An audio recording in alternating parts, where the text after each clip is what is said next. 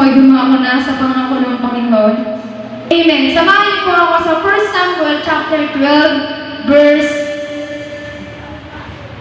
13. Hindi kasi naman, hindi po. Amen. Samahan niyo po. Sabi ko rito, ito po yung background story lamang po kasi mahaba po yung kwento na ito kasi kung babasahin ko pa po, hindi ko na po babasahin ng sobrang haba. Ito na lamang po ang babasahin ko, yung mismong pangako ng Panginoon. Ang sabi niya po rito, ang background po nito ay ang talumpati po ni Samuel.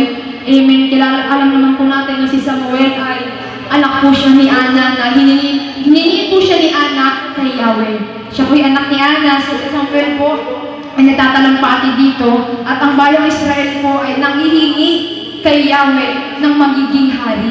So ang binigay po nilang hari ay si Saul. Hindi po ako nagkakamali sa aking pagbabasa ng Biblia. So yun po, no, background story lang po. So yung po, sabi po rito ni Samuel, at sa ang Diyos po ang nagsasalita, so ating pong pakinggan, ang sabi niya, narito ngayon ang haring hinihingi ninyo. Ibinigay na sa inyo ni Yahweh. Kung mamumuhay kayo may takot kay Yahweh, kung maglilingkod kayo sa Kanya at susundin ang Kanyang kalooban, kung hindi kayo susuway sa Kanyang mga utos, at kung kayo at ang inyong hari ay susunod kay Yahweh na inyong Diyos, magiging maayos ang inyong pamumuhay. 22. Hindi kayo pababayaan ni Yahweh, sapagkat iyon ang Kanyang pangako. Kayo'y pinili niya bilang Kanyang bayan. Ipapanalangin ko kayo at tuturuan ng dapat ninyong gawin. Subalit, matakot kayo kay Yahweh. Manatili kayo tapat sa Kanya. Paglingkuran ninyo siya ng buong puso at lagi ninyong alalahanin ang mga kabutihang ginawa niya sa inyo.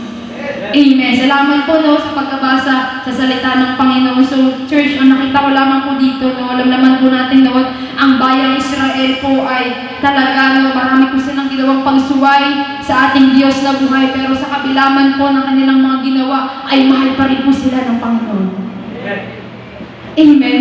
Sobrang dami po no, ng mga bagay na naginawa ng bayang Israel na to the point na talagang ngayon susunod sila sa Panginoon, bukas din na naman sila susunod.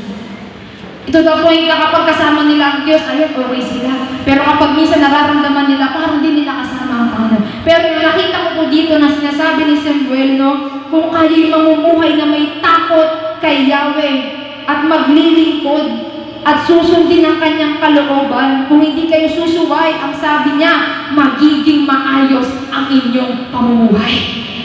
Wala po atang tao dito. Ang sinasabi po ng Panginoon, hello church, kung simula sa taong ito, no, sabi niya, no, laging itong bagong taon na to, maglilingkod na ako sa Panginoon, susunod na ako sa Panginoon. Amen. Ito pong nakita ko, no, kung sa ating pong mga buhay, amen, magkakaroon tayo ng takot sa Diyos. Kung yung mga bagay na alam mo, ayaw ng Diyos, hindi mo gagawin. Yung mga bagay na alam mo na hindi gusto at nais ng Diyos, hindi mo gagawin dapat. Bagkus ang sabi niya, sumunod ka sa Panginoon. Dahil naniniwala po tayo na ang pagsunod po sa Diyos, ang daan tungo sa maayos na pamumuhay. Amen. Kung gusto mo maging maayos yung buhay mo, unang-una no, pamilya mo, nananalangin ka sa Panginoon. Lord, minsan no, ilang taon ka na nananalangin. Panginoon, habang panahon, ilang taon na ako nananalangin sa anak ko, sa nanay ko, sa tatay ko, kung sino pa man, ilang taon na. Amen. Pero ang sabi rin ng Panginoon, magtiwala ka lang. Magtapat ka lang sa Panginoon. Alam mo, church, no, nangangako po ang Diyos. Hindi po sinungaling ng Panginoon. Kaya sa taong ito, no, tayo po ay sinasabi ng Panginoon, kung gusto mo maging maayos ang buhay mo, simulan mo sa taong ito ng totohanan na maglingkod ka at sumunod sa Diyos na buhay. Hello, church. Amen. Alam po natin ang pagsunod sa Panginoon, yun yung daan. Amen. Para maging maayos yung pamilya mo. Bakit? Kapag merong isang nananampalataya sa pamilya, yung pag-ingat, paggabay, pagsama ng Diyos, isa sa kanila rin. Amen. Kung isa ka man nananampalataya sa pamilya, huwag kang malungkot. Amen. Dahil darating ang panahon na pinapadalangin mo sila, darating tutugulin ka ng Panginoon at yung pamilya mo sa tabi mo, makakasama mo na yung nagsasamba, naglilingkod sa Diyos na buhay. Huwag kang magmadali. Amen. Magtiwala ka lamang sa Panginoon na yung mga bagay na hinihiling mo, ibibigay niya yan. Basta sumunod ka lamang at amen. At ang sabi niya, hindi kayo susuway. Alam mo yung pagsuway talaga sa Panginoon, walang mabuting maidudulot. Oo, sa labas, so mararanasan mo yung kasayahan. Kasayahan na panandalian. Kasayahan na, oo, sa labas, mararanasan mo. Amen. Lahat naman po tayo, no? Alam natin ang buhay sa labas. Naranasan natin yan. Amen. Pero dahil po sa kabutihan ng Panginoon, hindi niya hinayaan na manatili ka dyan. Ayaw niya kasi yung kasayahan mo, panandalian lang. Ang gusto niya yung kasayahan na nagkagaling sa Diyos na habang buhay mararanasan mo. Amen. Amen. Sa ating buhay mo, nangusap sa akin yung papangakong ikaw ng Diyos. Sabi ko, totoo nga, no, na ang pagsunod sa Panginoon, yung daan para sa masaganang buhay. Yung daan para sa mapagpalang buhay, matagumpay na buhay. Amen. Ang pagsunod lamang po sa Panginoon. Kaya church, no, sa simula mo, kung gusto mo, no, maging maayos yung buhay mo sa taong ito. Simulan mo na maglingkod sa Panginoon. Totally. Amen. Na totoo, nasusunod ka, maglilingkod sa Diyos at iaalay mo yung buhay mo. Amen. Amen. Sa ating mga buhay, no, naniniwala tayo na talagang mabuti po ang Diyos na buhay. Bakit? Bakit nasabi ko mabuti ang Diyos? Tingnan mo yung sarili mo, naririto ka pa ngayon. Naririto ka pa ngayon. Isang dakilang bagay yan. Dahil sa isang taon na lumipas, na halos pagtumbling-tumbling ka ni Satanas sa labas, ay nanatili ka pa rin. Hello, share naman po natin, no? Hindi biro ang ating mga naranasan sa lumipas na isang taon. Sobrang dami. Unang-una dyan, pamilya mo. Problema mong pamilya mo, nanay mo, tatay mo, trabaho mo, negosyo mo, pag-aaral mo. Lahat na ang problema mo. Amen. Pero dahil meron kang dakilang Diyos na yung mga bagay na pinaproblema mo, iniwan mo sa Panginoon at yung pinaproblema mo, hayaan mo ang Diyos na problema doon. Labo nga na tawag dito. Hayaan mo sa lahat ng mga bagay na inaalala. Ay, napakabuti ng Diyos. Palakpakan mo nga ulit yung sarili mo. Amen. Palakpakan mo. Kasi naririto ka ngayon, pinigil ka ng pagkakataon ng Diyos na makapaglingkod sa Kanya.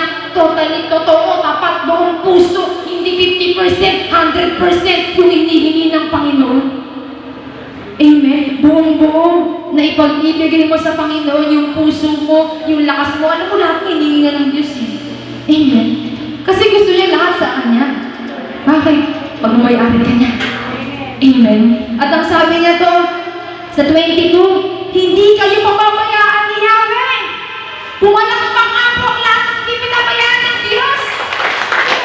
Dakila at kapangyarihan po ang Panginoon. Alam mo, kapatid, church, mahal po tayo lahat ng Diyos. Sa lumipas na isang taon, mapalad ka dahil hinayaan ng Diyos na manatili ka ngayon. Hinayaan ng Diyos na makapagpatuloy ka pa na makapaglingkod kasi meron ka talagang tawag sa Panginoon. Amen.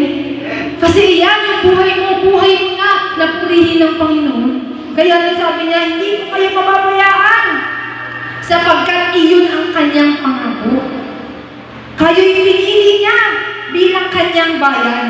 Ito po si Samuel po nasasalita, ipapadalangin ko kayo at tuturuan, subalit matakot kayo kay Yahweh. Ang sabi niya dito, alalahanin ninyo ang mga kabutihang ginawa ng Diyos sa inyo. Amen. Church, no, kung isipin mo mabuti mo sa ilipas na isang taon, flashback ka lang, isipin mo kahit mag-isa ka.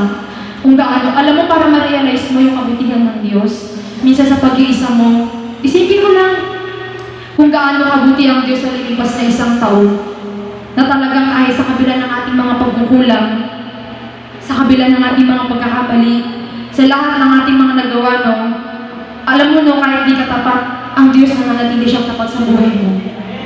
Amen. Kahit di ka minsan nagiging mabuti, ang Diyos na nanatiling mabuti sa buhay mo. Amen. Na napakabuti talaga ng Panginoon, no? Sabi niya rin, alalahanin mo. So, church, no, mula sa araw na ito, ating alalahanin, ating pong panghawakan yung pangako ng Panginoon. Kung iisipin mo mabuti, yung mga bagay, yung mga dakilang bagay na ginawa ang Diyos sa iyong buhay. So, tayo may maniwala, manampalataya. Kung nakaraang taon may ginawang dakilang bagay ang Diyos, ngayong taon naniniwala ako na bawat isa sa atin ay mayroong hinahanda ang Diyos na dakilang bagay na gagawin sa taong ito. Amen. Amen. Mayroong dakilang bagay.